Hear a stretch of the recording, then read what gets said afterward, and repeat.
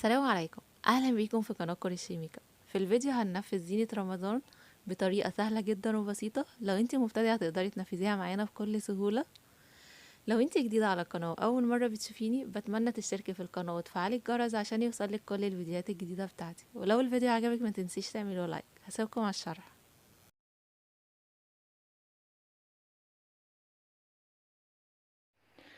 هبدأ أنا هشتغل بخيط قطن وإبرة رقم 1.9 ملي. هشتغل بخيط ديفا، تقدري تشتغلي بأي خيط قطن أو ممكن مكرمية فرنساوي أو أي خيط انت تحبي ان انت تعملي الزينة بيه. تمام، أول خطوة هعمل دايرة سحرية بالشكل ده. تمام، وهثبته بغرزة كده جوه. هسحب الخيط اللي أنا هشتغل بيه وأعمل غرزة. تمام، هرتفع على الغرزة دي 1 2 3، وهعتبرهم كده ده اول عمود عندي، وياخد كمان سلسلة لاني هشتغل 12 عمود بينهم سلسلة. كده ده اول عمود واول سلسلة عملتها. هشتغل تاني عمود. تمام، بعد كده هشتغل سلسلة. تالت عمود واشتغل سلسلة. رابع عمود واكرر سلسلة. 5 سلسلة. 6 سلسلة.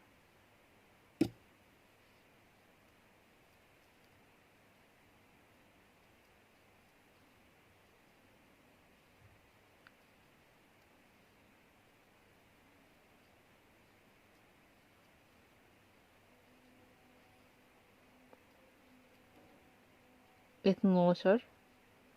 كده اشتغلت ال12 عمود بلفة بتوعي. اشتغل كمان سلسلة اخيرة وهشد الدايرة السحرية اقفلها خالص بالشكل ده. تمام، هعد 1 2 3 وهعمل منزلقة في اول عمود عندي، باعتبار الثلاث سلاسل اللي انا اشتغلتهم هم اول عمود والرابعة سلسلة ما بين اول وتاني عمود. تمام، هقص الخيط اللبني عشان انا هشتغل كل سطر بلون. طبعا تقدري ان انت تشتغليها بلون واحد هتبقى برضو حلوة. بعد ما قصيت الخيط هسحبه كده من الغرزة بالشكل ده. تمام، اول فتلة اللي انا شديت بيها الدايرة السحرية دي هثبتها كده في الظهر بغرزة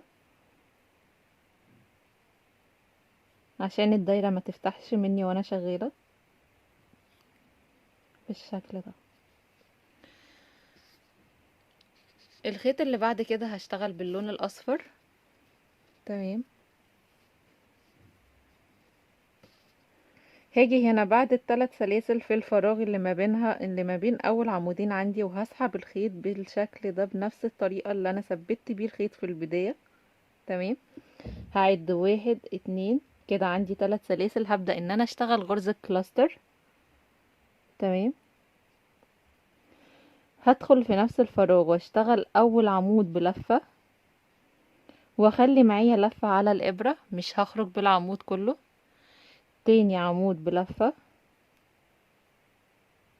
واخلي لفة معايا على الابرة، هخرج منهم كلهم. تمام، وهاخد غرزة سلسلة بالشكل ده عشان اقفل غرزة الكلاستر بتاعتي. بعد كده هشتغل سلسلة كمان. تمام، هروح على الفراغ اللي ما بين تاني وتالت عمود واشتغل تاني كلاستر عندي. اول عمود بلفة واخلي معايا لفة على الابرة. تاني عمود بلفة واخلي معايا لفة على الابرة. تالت عمود بلفة واخلي معايا لفة على الابرة. معايا كده 4 لفات، اخرج مرة واحدة من ال4 لفات واقفل الكلاستر بغرزة. بعد كده اخد غرزة سلسلة واكمل العمود التالت والرابع في الفراغ اللي ما بينهم. اشتغل تالت كلاستر، اول عمود بلفة واخلي لفة معايا على الابرة. تاني عمود بلفة واخلي لفة معايا على الابرة. اخر عمود في الكلاستر، انا بشتغل كلاستر مكونة من 3 عواميد بلفة. تمام، هقفل غرزة الكلاستر وياخد كمان سلسلة، واكمل السطر كله بنفس الطريقة، غرزة كلاستر وباخد بينهم 2 سلسلة، او بقفل الغرزة وباخد سلسلة 2 3 واخرج مرة واحدة واقفل وياخد غرزة سلسلة. خلصت تاني سطر وبرضو اشتغلت 2 سلسلة. هقفل هنا كده في راس اول كلاستر عندي بمنزلقة، وهسحب الخيط، هدخل اللون الجديد برضو، هسحب الخيط من جوه لبره عشان يبقى في ظهر الشغل عندي. هشتغل بالخيط الاخضر اللي عليه الدور.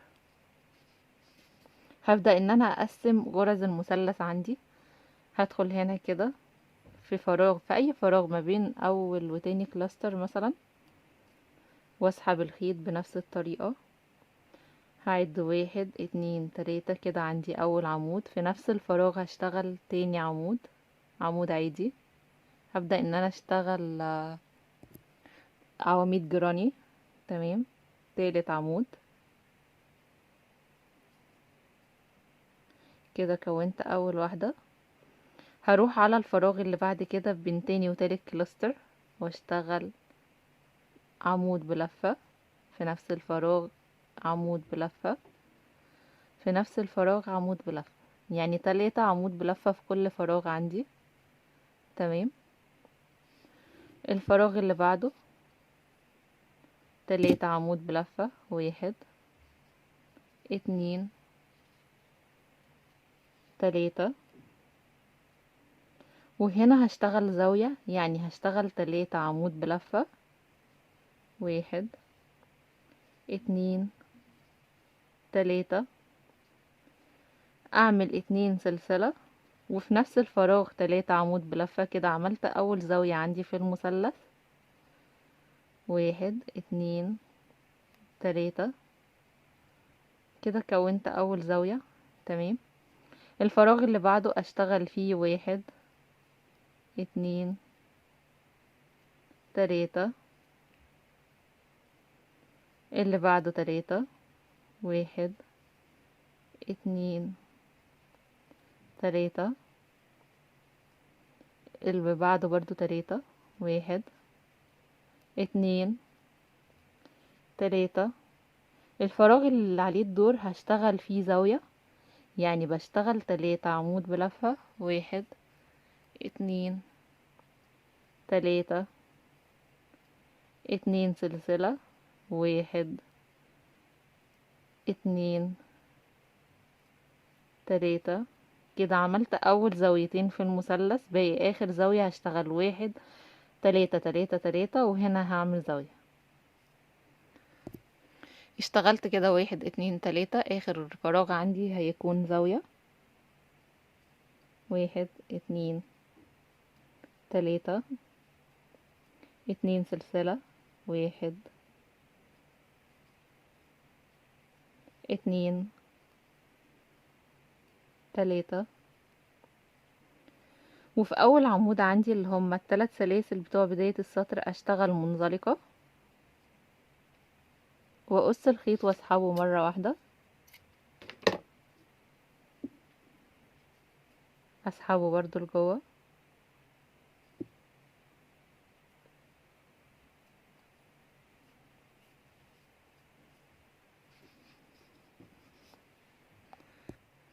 اللون الجديد هو اللون الابيض.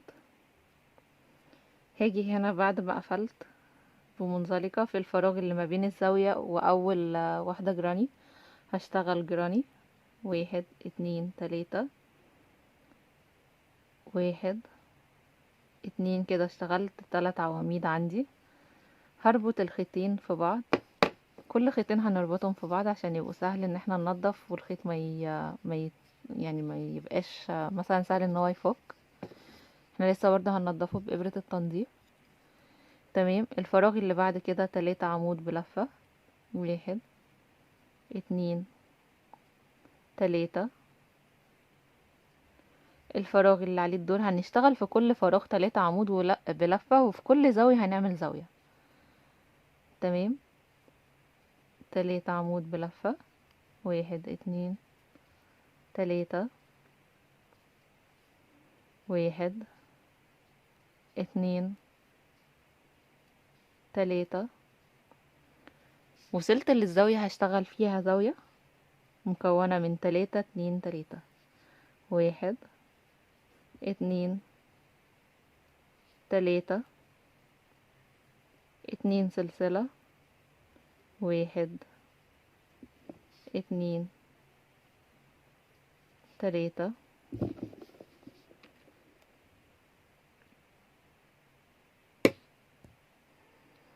واكمل بنفس الطريقة في كل فراغ 3 عمود بلفة، وفي كل زاوية زاوية. تمام.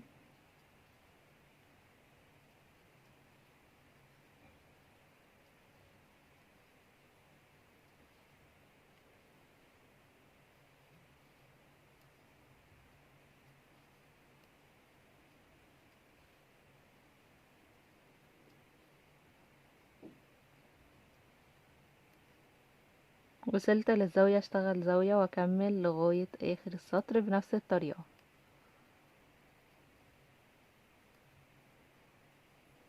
1 2 3 عمود بلفة.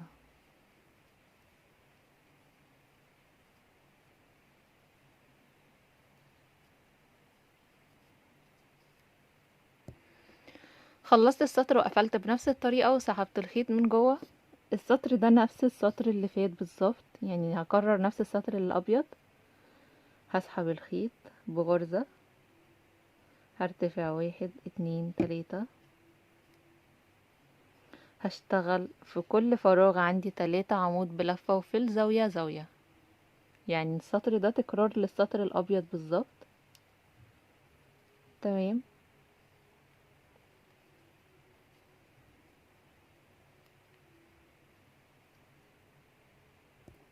اشتغلت في كل فراغ 3، وصلت للزاوية اشتغل زاوية، 1 2 3 2 سلسلة، 1 2 3 في نفس الفراغ، واكمل لغاية اخر السطر.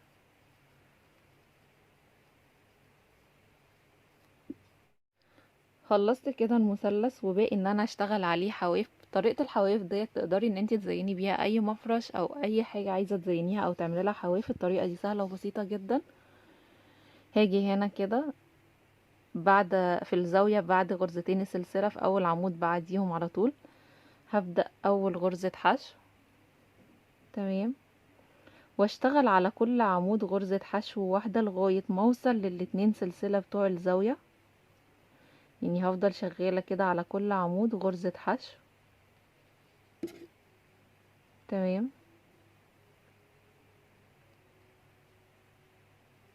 بالشكل ده.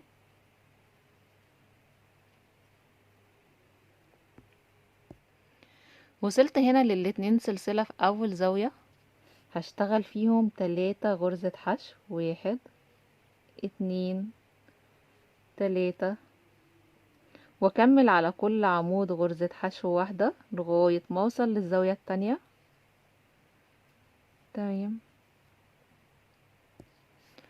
وصلت للزاوية التانية هشتغل فيها عند الاتنين حشو، 1 2 3 حشو، واكمل السطر بنفس الطريقة. على كل عمود عندي بشتغل غرزة حشو في الزاوية، بعمل 3 حشو وارجع لكم. خلصت السطر خلاص. الخطوة اللي بعد كده هقفل في اول غرزة اشتغلتها في السطر بمنزلقة. تمام. هرتفع 1 2 3 4 5 6 7. تمام. وهعد 1 2 3، وفي الغرزة الرابعة هشتغل فيها كلاستر، 1 2 عمود واخلي معايا لفة على الابرة، تالت عمود واخلي معايا لفة على الابرة. كده انا اشتغلت 4 عمود بلفة. هسحب الخيط كله مرة واحدة واقفل الكلاستر بغرزة. الخطوة الجاية هشتغل 1 2 3.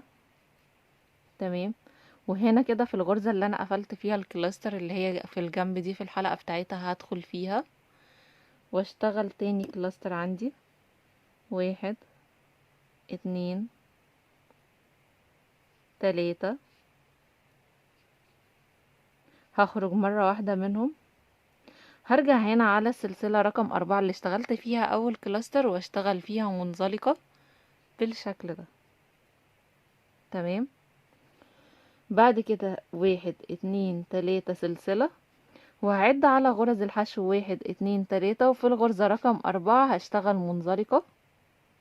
كده كونت اول واحدة عندي في الحواف بتاعتي. تمام. ارتفع تاني 1 2 3 4 5 6 7، وفي الغرزة رقم 4 اشتغل فيها اول كلاستر عمود بلفة واخلي معايا لفة على الابرة، تاني عمود بلفة واخلي معايا لفة على الابرة، تالت عمود بلفة واخلي معايا لفة على الابرة، اخرج منهم مرة واحدة خالص واقفل بغرزة. هعد 1 2 3، وفي نفس الغرزة اللي انا اخدتها عشان اقفل بيها الكلاستر هشتغل فيها تاني كلاستر عندي. 1 2 3. كده معايا 4 لفات على الابرة، هخرج منهم كلهم مرة واحدة واقفل عليهم بغرزة، وفي الغرزة الرابعة بتاعت اول كلاستر هشتغل منزلقة بالشكل ده. 1 2 3 سلسلة، وأعد تحت 1 2 3، وفي الغرزة رقم 4 أشتغل منزلقة. تمام.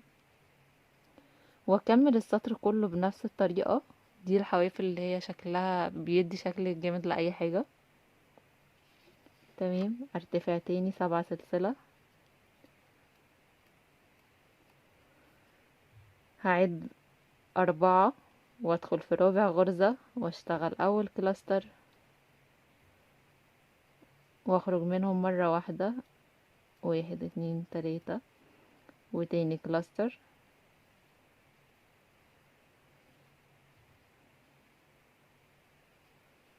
منزلقة. 1 2 3، أعد 1 2 3، وفي الرابعة منزلقة وأكمل لغاية ما أوصل لهنا بالظبط كده. يعني مش هشتغل على المثلث من فوق، لا، أنا باخد المثلث من الجوانب بتاعته، لأن اللي فوق ده أنا هثبته في الفرع. خلصت كده، وده شكل المثلث النهائي. بعد ما عملت آخر منزلقة هقص الخيط على طول واسحبه. هسحب الخيط لجوه من الحلقة الخلفية بتاعت تاني غرزة. تمام. هبدأ انضف الخيوط الزيادة، هنضفها، بس كل خيط انا مش قافلاه هعمله كده بغرزة واسحب منه طرف الخيط بالشكل ده. هحتاج ابرة التنظيف المعدني اللي هي ليها سن وهنضف بيها الخيط، وكل الخيوط الزيادة عندي هنضفها بنفس الطريقة. ولو في خيط انا اشتغلت عليه هقصه على طول، بس لو مشغلة عليه بغرز ضيقة، يعني لو غرزة عمود لا، احسن ان انت تنضفيه مرة تانية، لكن لو غرزة حشو تمام قصي على طول.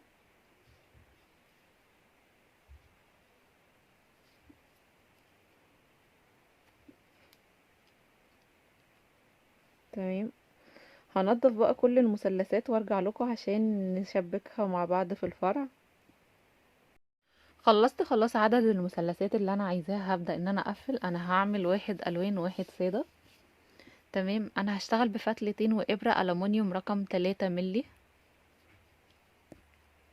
اول حاجة هعمل عقدة البداية. تمام. وهشتغل سلسلة.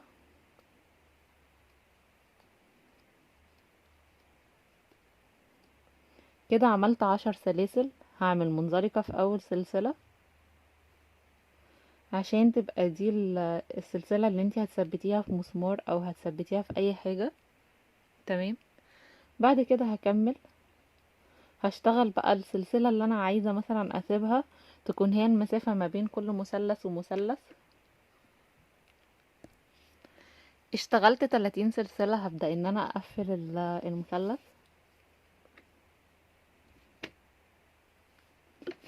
انا عندي هنا الزاوية كنت بشتغل فيها الحواف الغرزة اللي قبلها، لا، هيجي هنا برضو هشتغل في الغرزة اللي قبل الزاوية على طول. تمام. وابدأ فيها اول غرزة حشو بالشكل ده. وهكمل غرزة حشو على كل الغرز بتاعة المثلث لغاية ما اوصل للزاوية التانية. تمام.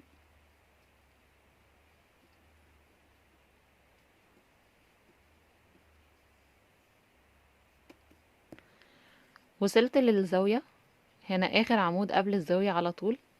هشتغل برضو سلسلة مكونة من 30 سلسلة، او على اي مسافة انت عايزة تسيبيها.